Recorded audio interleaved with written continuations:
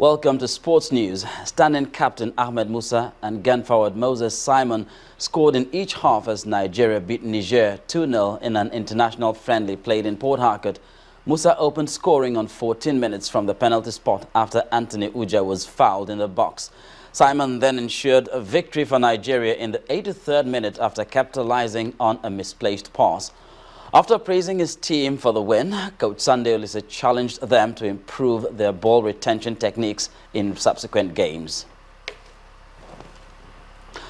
Meanwhile, a new coach for the Super Falcons will be unveiled in the next 2 weeks by the Nigerian Football Federation. Caretaker coach Chris Danjuma has been in charge of the team, who are presently in Congo-Brazzaville for the 2015 All-African Games.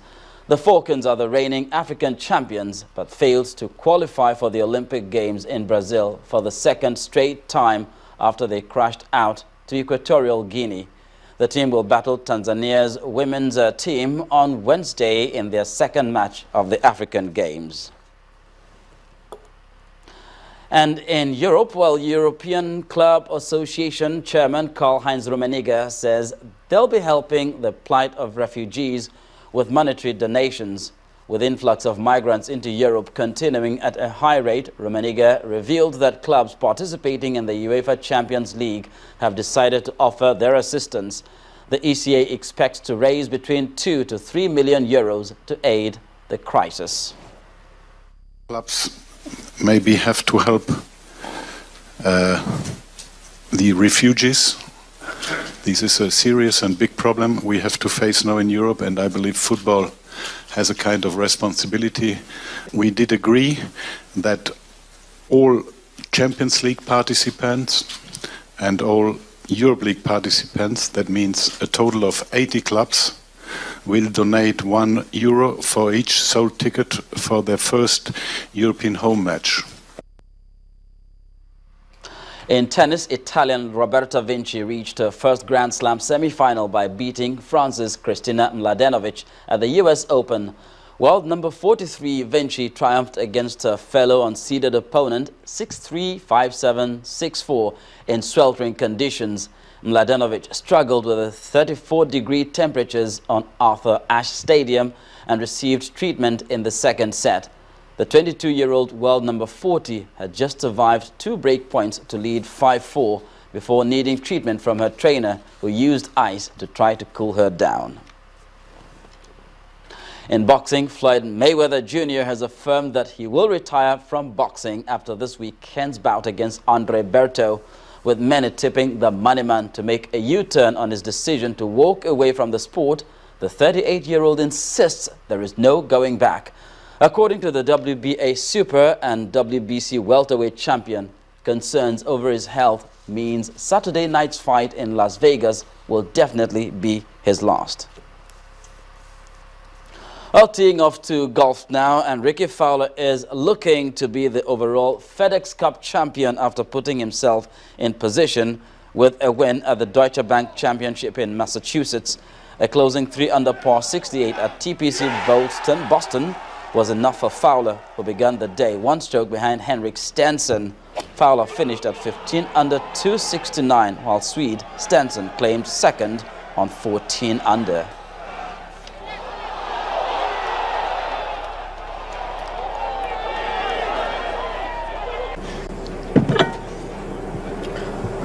Somewhat. There was a big swing on 11 when I made birdie, and he made bogey, and really felt like I was back in a position to have some fun and go get the win. So to be able to go play the last 7 holes, really, just head to head with Henrik and go back and forth.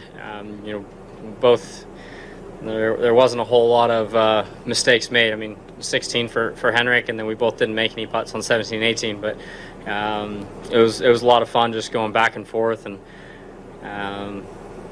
yeah, it's just a fun day and pretty awesome to come out on top. Well, a goal was to get to Atlanta and to be the Tour Championship, so yeah, we've got that taken care of.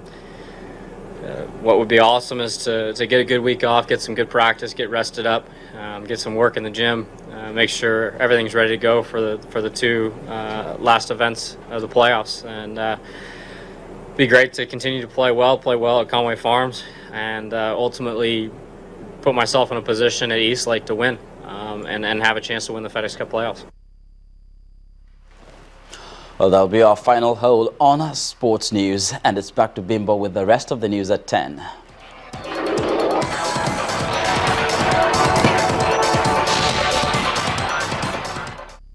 Thank you, Charles. And on the foreign scene, Europe continues to cope with a growing migrant population.